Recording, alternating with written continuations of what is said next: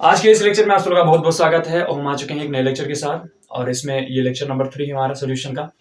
हमने पिछले लेक्चर में बात किया था टाइप्स ऑफ सॉल्यूशन के बारे में और एक्वस सॉल्यूशन के बारे में, और हमने फिर बात किया था कि मोलैरिटी क्या है। तो मोलैरिटी के हमने पूरे फार्मूला को देखा था। तो आप मोलैरिटी के फार्मूला को रटने की आवश्यकता नहीं है कि जिस प्रकार से आपको बताया गया था उसी प्रकार से आप सिंपल तरीके से एक फार्मूले के माध्यम से पूरे फार्मूले को निकाल सकते हैं।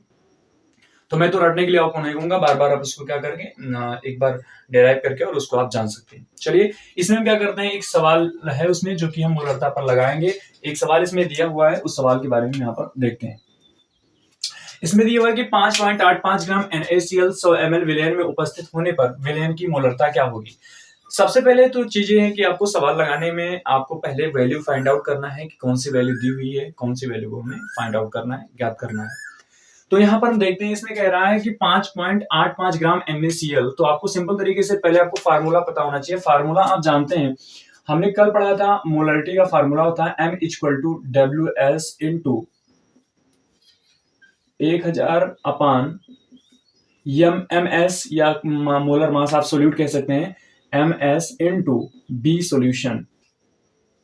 और ये हमारा ml में था क्योंकि 1000 से हमने मल्टीप्लाई कर दिया था। ये हमने कल फार्मूला डिराइव किया था और इसको जाना था। तो इसमें हमारा मोलरता आता है, m फॉर मोलरता था कैपिटल M, WS हमारे विलय के मोलों की संख्या था, MS हमारा जो था वो विलय का अणुभार था, द्रव्यमान मास था, और 1000 और V सॉल्यूशन विलयन का आयतन था ml में। चलिए इसमें हम देखते हैं, पहले क्या करेंगे, इसमें आप फाइंड आउट दिया है, जो भी आपको गिवन है उसको आप लिख लेंगे। कह रहा है 5.85 ग्राम NaCl। तो जैसे कह दूंगा कि 2 किलो चीनी, तो 2 किलो चीनी में 2 किलो क्या है, उसका द्रव्यमान होगा, उसका वेट होगा, भार होगा। तो हम यहाँ पर लिख रहे हैं कि NaCl का भार, NaCl का भार, और NaCl आपका विलेय है जिसको हम W सॉल्वेंट से लिख सकते हैं। वो कितना दिया हुआ है, इसमें 5.85 ग्राम दिया हुआ है। फिर कह रहा है 100 ml विलयन में उपस्थित होने पर विलयन की मोलरता ज्ञात कीजिए। तो विलयन V सॉल्यूशन के दिया हुआ है, अब हम NaCl का अणुभार लिख देते हैं, NaCl का अणुभार। अब आप जानते हैं NaCl का अणुभार MMS या MS से आप इसको लिख सकते हैं। वो कितना दिया हुआ है आप निकालेंगे, तो NaCl का जो अणुभार आपका आएगा वो Na और Cl, एक Na का परमाणु द्रव्यमान 23 होता है। कितने Na है, एक Na, तो इंटू 1 कर देंगे, प्लस आपका एक क्लोरीन का 35.5 होता है। कितने क्लोरीन है, एक है, तो ऐसे कर देंगे। ये आप करेंगे तो ये आपका 58.5 आ जाएगा। ठीक है, तो इसमें इसका जो मोलर मास आएगा वो 58.5 ग्राम आएगा। अब गिवन में ये आपने निकाल लिया। फिर उसके बाद बी सॉल्यूशन, बी ml में आपका क्या दिया है, आयतन दिया है। तो विलयन का आयतन लिख सकते हैं यहाँ पर, विलयन का आयतन V सॉल्यूशन जो आपको है वो दिया हुआ है 100 ml। कितना दिया है, 100 ml दिया हुआ है। तो आप जानते हैं कि किस प्रकार से इसमें हमने सारी चीजों को फाइंड आउट किया है। जो कम होता है वो विलय होता है, जो अधिक होता है वो विलायक होता है। बाकी तो आपको विलयन सिंपल तरीके से दिया है। तो गिवन क्या आपको निकालना क्या है, फाइंड आउट क्या करना है, मोलैरिटी फाइंड आउट करना है। तो फाइंड आउट करना है आपको, फाइंड आउट या हम कह सकते हैं ज्ञात करना है, यम का मान ज्ञात करना है, मोलैरिटी ज्ञात करना है आपको, मोलैरिटी आपको ज्ञात करना है। चलिए इसमें फार्मूला ये वाला जो लिखा हुआ है फार्मूला हम लिख देते हैं। M = क्या हो जाएगा, M = WS इंटू 1000 बटे MS into B solution into ये ml में है। चलिए एक एक करके इसमें हम फाइंड आउट करते हैं। पहले आपको दिया हुआ है क्या, ये मोलरता है, WS आपको दिया है, NaCl मतलब ये विलेय है। NaCl क्या है, विलेय। कह रहा है ना कि 100 ml पानी में, 100 ml विलयन में हमने क्या घोल रखा है, 5.85 ग्राम NaCl घोला है। तो मुझे मैंने घोला है 5.85 ग्राम गम लग रहा है, तो ये विलेय है, जो घोला गया है वो विलेय है। तो WS कितना है, 5.85 ग्राम दिया हुआ है, गुणे 1000 आपके फार्मूला में है, तो 1000 आप यहाँ पर लिख देंगे, और बटे फिर इसमें आप करेंगे, बटे करने पर MS आपको दिया हुआ है। MS कितना दिया हुआ है आपने, 5.85 ग्राम। मॉलिक्यूलर वेट निकालना आप जानते हैं, नहीं जानते तो आप वीडियो बेसिक केमिस्ट्री से देख सकते हैं। तो ये कितना आएगा, 5.58.5, और गुणे यहाँ पर V सॉल्यूशन कितना दिया है, 100 दिया है, तो इसको हम क्या करेंगे, 100 से गुणा कर देंगे। अब इसको आप आगे हल करते हैं तो क्या हो जाएगा, देखिए ये 2 जीरो इस 2 जीरो से क्या हो जाएगा, कैंसिल हो जाएगा। अब ये ऊपर क्या बच रहा है 5.85 गुणे 10 और ये बटे क्या है 58.5 है। ठीक, अब इसमें 58.5 है। जब आप इसमें क्या करेंगे कैंसल आउट करेंगे तो आप यहाँ चाहें तो एक जीरो आप यहाँ पर बढ़ा सकते हैं, तो एक जीरो जब यहाँ पर दो जीरो यहाँ पर होना चाहिए तो ये इससे कैंसल आउट हो जाएगा। अब ये क्या लिख गया आपका 5850 और ये नीचे क्या होगा 5850। अब इसको इससे आप कैंसिल करेंगे तो आपका जो यम आ जाएगा मोलैरिटी आ जाएगा वो 1 मोलर आएगा। कितना आएगा 1 मोलर आपका आंसर आ जाएगा। कैसे हुआ है, हमने यहाँ पर ऊपर पॉइंट के बाद 2 अंक थे, नीचे पॉइंट के बाद एक ही अंक था, तो मैंने एक जीरो बढ़ा कर इस पॉइंट को हटा दिया, फिर मैंने इससे गुणा करा दिया तो जीरो हो गया इससे, और जब इसका मैंने बटा बटा में काट दिया कैंसिल कर दिया तो ये आपका इसका जो मोलर मास आ गया वो कितना आ गया 1 मोलर आ गया। तो ये आपका आंसर था। छोटा सा सवाल हमने इसमें लगाया है, तो आई होप आपको ये सवाल समझ में आई होगी। चलिए आप इस सवाल को लिख लेंगे, फिर उसके बाद हम मोलैलिटी को बात करते हैं कि मोलैलिटी क्या है। सवाल इस पे अभी इजी सवाल हम करेंगे, छोटे छोटे सवाल करेंगे, फिर उसके बाद बड़े सवाल करेंगे। हम एक इस पे सीधे एक लेक्चर्स बनाएंगे जिसमें क्या पढ़ेंगे हम केवल सवाल ही पढ़ेंगे। चलिए इसको नोट कर लीजिए, फिर हम मोलैलिटी पढ़ते हैं। चलिए हम बात कर लेते हैं मोलैलिटी के बारे में। दूसरा हमारा जो टर्म्स था, जो दूसरा कंसंट्रेशन पॉइंट था वो हमारा था मोलैलिटी, जिसको हमने कहा था मोललता, मोललता, और इंग्लिश में इसको कहते हैं मोलैलिटी।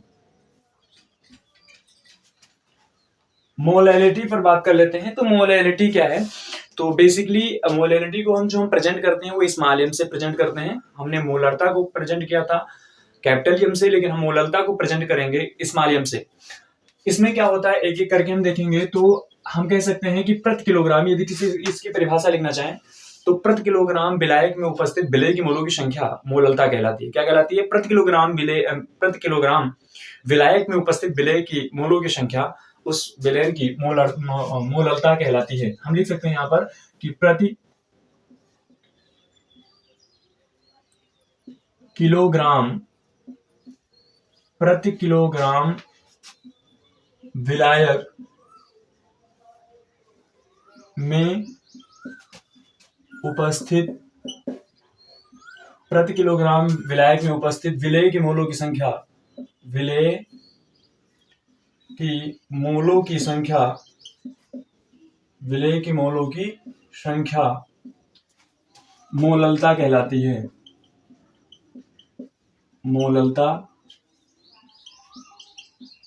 कहलाती है। ये हमने इसकी परिभाषा लिया कि मोल्स ऑफ सॉल्यूट प्रेजेंट पर kilogram of solvent is called molality. इसको लिख सकते हैं, यहाँ पर आप चाहें तो लिख सकते हैं कि मोल्स ऑफ सॉल्यूट प्रेजेंट पर KG of solvent is called molality.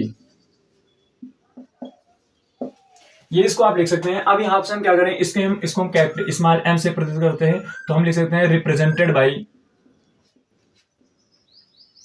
Represented by small M. इसको हम किससे लिखते हैं, स्मॉल एम से प्रदर्शित करते हैं। अगला पॉइंट इसमें क्या है, हम जस्ट इसका फार्मूला को लिखते हैं, किस प्रकार से इसको लिखेंगे। तो क्या है कि मोललता किसे कहते हैं, मोललता कहते हैं कि विलेय की मोलों की संख्या। तो यहाँ पर हम मोललता बराबर लिखेंगे, पहले आप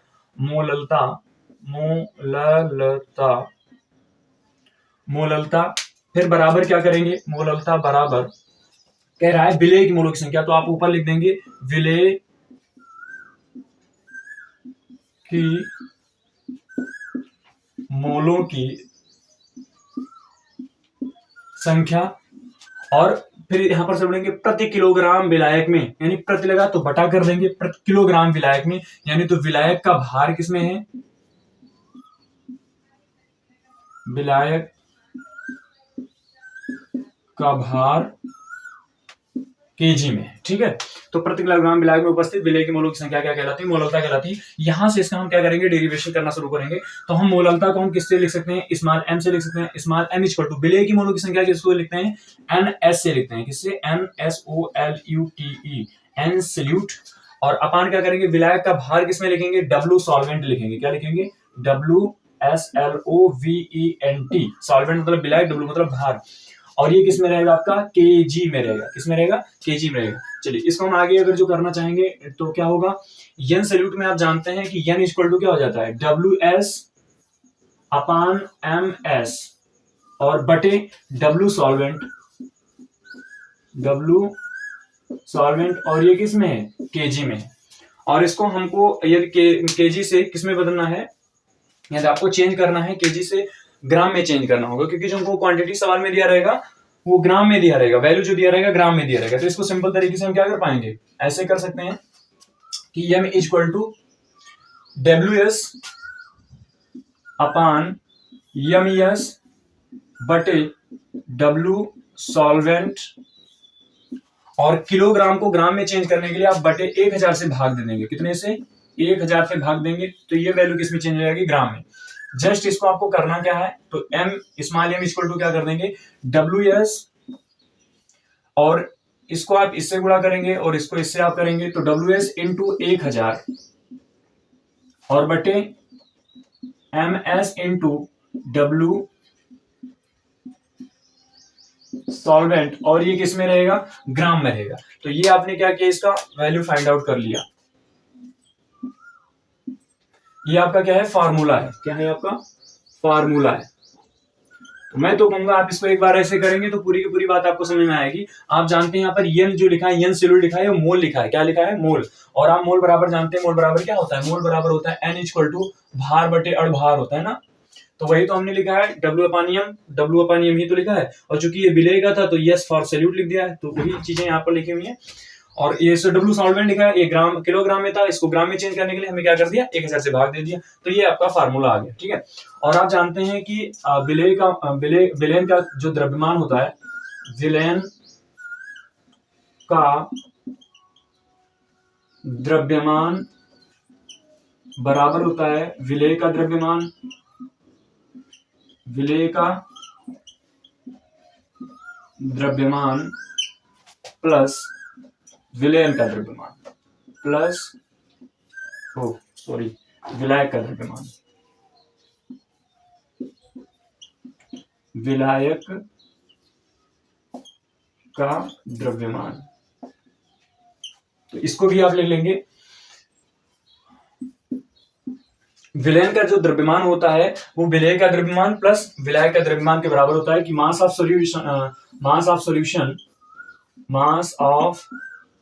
solution equal to mass of solute plus mass of solvent के इक्वल में होता है। तो इसको आप इस पॉइंट को लिखें। चलिए इसको आप नोट करेंगे, फिर इसमें क्या करते हैं, न्यूमेरिकल लगाते हैं। चलिए इस सवाल को देख लेते हैं हम। इसमें मोललता को हमने समझ लिया कि प्रति किलोग्राम विलायक में उपस्थित विलेय की मोलों की संख्या क्या कहलाती है, मोललता कहलाती है। तो हमने उसमें सवाल भी देखा था, मतलब किस प्रकार से फार्मूला आया उसमें हमने देखा 11.7 ग्राम सोडियम क्लोराइड को 500 ग्राम जल में घोला गया है, विलेयन की मोललता ज्ञात कीजिए। अब इसमें देखिए जो वैल्यू दिया हुआ है ग्राम में दिया हुआ है, तो हमें ग्राम में चेंज इसलिए हमने कर दिया था ताकि आपको वैल्यू सीधे की सीधे आप रख पाए। तो जो इसमें दिया है गिवन वैल्यू जो है उसको आप क्या करेंगे, पहले आप लिख लेंगे। तो क्या क्या गिवन दिया है, कह रहा है कि 11.7 ग्राम सोडियम क्लोराइड, यानी तो सोडियम क्लोराइड विलेय का भार, और विलेय यहां पर क्या है, NaCl है। क्या विलेय का भार WS बराबर कितना दिया हुआ है, 11.7 ग्राम। ठीक, फिर इसमें कह रहा है को 500 ग्राम जल में घोला गया, यानी जल में कितना घोला है, 500 ग्राम जल में घोला गया। तो विलायक का भार इसमें कितना दिया हुआ है, अच्छा विलेय का अणुभार भी लिख देते हैं हम साथ में, विलेय का अणुभार।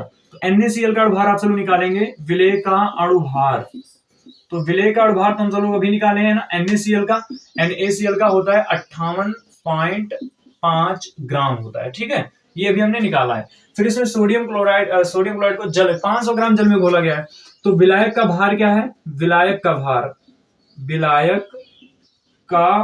भार बराबर, विलायक का भार कितना दिया हुआ है, 500 ग्राम, ठीक है, यहां पर हम लिख देते हैं 500 ग्राम। सभी चीज दिया हुआ है। आपको फाइंड आउट क्या कह रहा है, कह रहा है विलेयन की मोललता ज्ञात कीजिए। तो हमें निकालना है, ज्ञात करना है, लिख सकते हैं यहाँ पर ज्ञात करना है। क्या ज्ञात करना है? मोललता बराबर ज्ञात करना है। हमें मोललता ज्ञात करना है। क्या ज्ञात करना है? मोललता। चलिए, तो इतनी बात जान गए कि 11.7 ग्राम सोडियम क्लोराइड को 500 ग्राम जल में घोला गया है। तो ये बात हम जानते हैं कि जो अधिक होता है 500 ग्राम, 500 ग्राम आपका जल क्या है? अधिक है ना। तो 500 ग्राम जल में हमने क्या किया है? कितना घोरा है? 11.7 ग्राम सोडियम क्लोराइड घोरा है। तो 11.7 ग्राम, 11.7 ग्राम NaCl घुला हुआ है। तो आप जानते हैं जो ये NaCl घुला हुआ है तो 11.7 ग्राम कम है ना। हमने कहा था कि मोल्स ऑफ सोल्यूट, जिसके मोल्स ऑफ सोल्यूट कम होंगे विलयन में, वो क्या कहलाएगा? हमारा विलेय कहलाएगा। और जिसके अधिक होंगे वो क्या कहलाएगा? विलायक कहलाएगा। और ये अभी हमने एक बात भी और लिखवाई है कि विलयन बराबर होता है, विलयन बराबर होता है विलेय का द्रव्यमान, विलेय का द्रव्यमान प्लस विलायक का द्रव्यमान, विलायक का द्रव्यमान। ये बात अभी हमने मेंशन कराई है।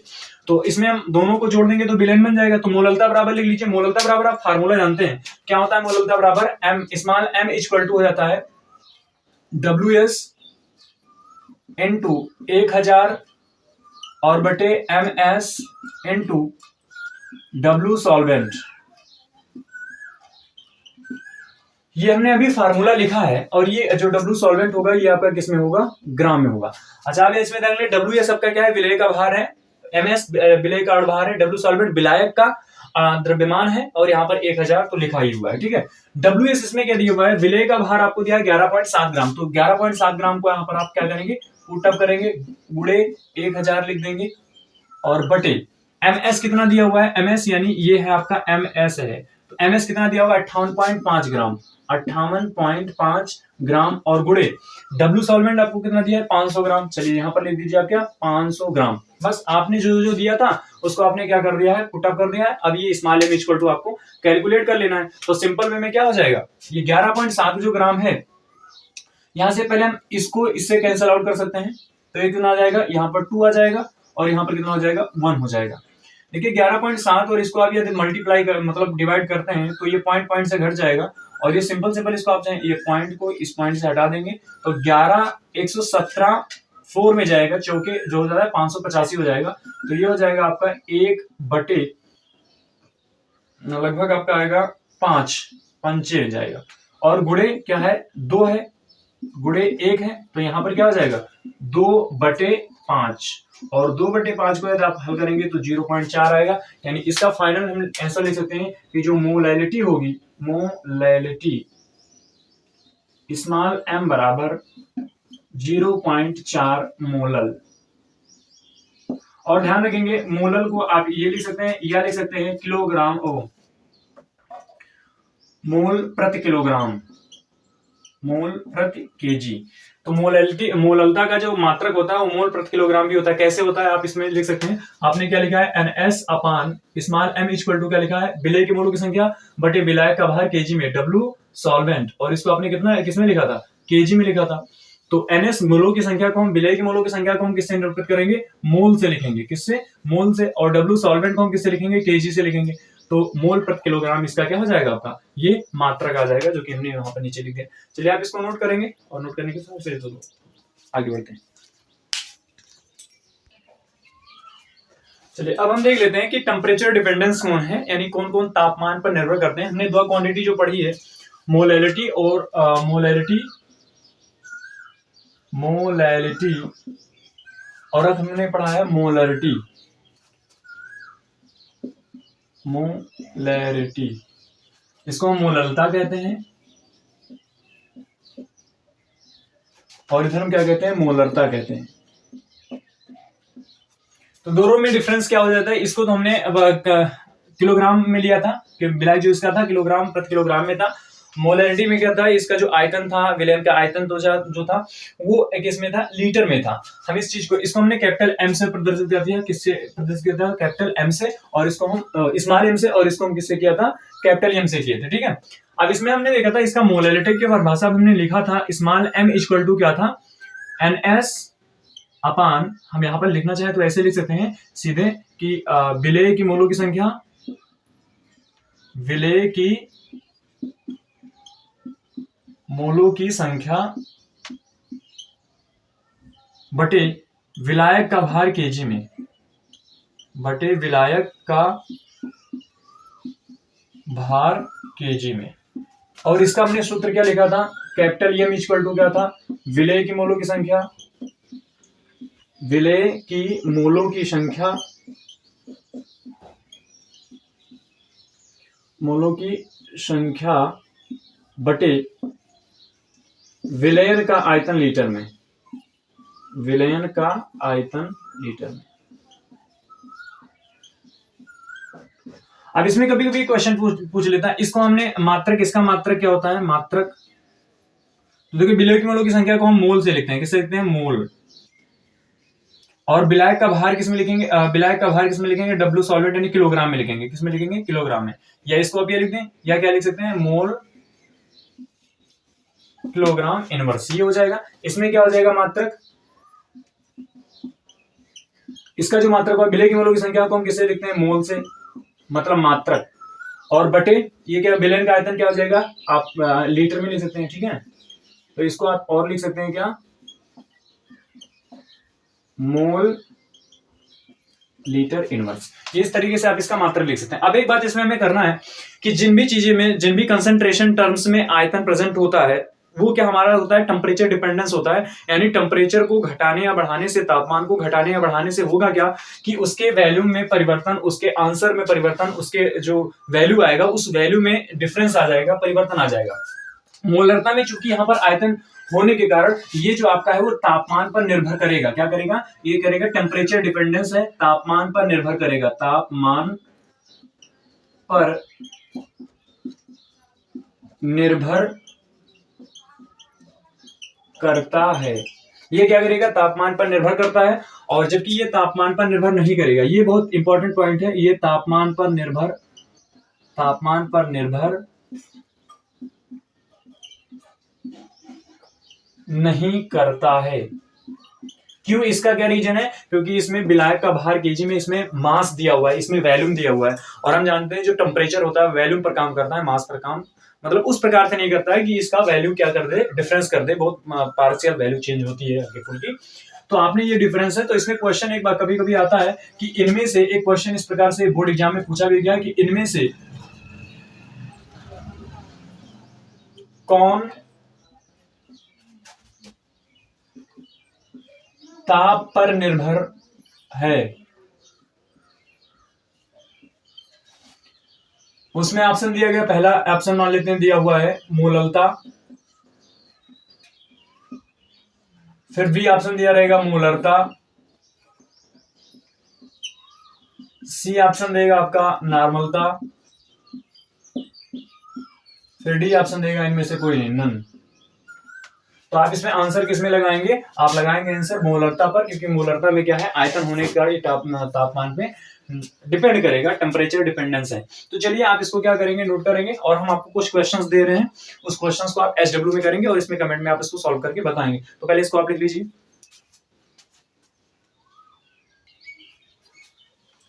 चलिए दो होमवर्क हमने आपके लिए लिख दिया है। ये पहला आपका जो है मोलरता पर है और दूसरा आपका मोललता पर है। थोड़ा सा आप इसको दिमाग में लगाना होगा कि 4 ग्राम NaOH को 100 ml जल में घोला गया है, यहाँ पर ml दिया हुआ है और पूछ क्या रहा है, मोललता पूछ रहा है। तो आपको पता होना चाहिए कि किसी प्रकार से ये ग्राम में आपको चेंज करना है। तो यहाँ पर कह रहा है कि गणना कीजिए जल का घनत्व जो है 1.0 ग्राम प्रति ml दिया हुआ है। तो थोड़ा सा इस सवाल को आपको देखना होगा, नहीं देख पाएंगे तो हम अगले लेक्चर में क्या करेंगे, इस सवाल को पहले हल कराएंगे, सॉल्व कराएंगे और इस वाले SW को आप लगाएंगे सेम एज इट, जैसे मैंने मोलरता पे लगाया था वैसे ही आपको इसमें वैल्यू पुट कर देना, निकाल के मान।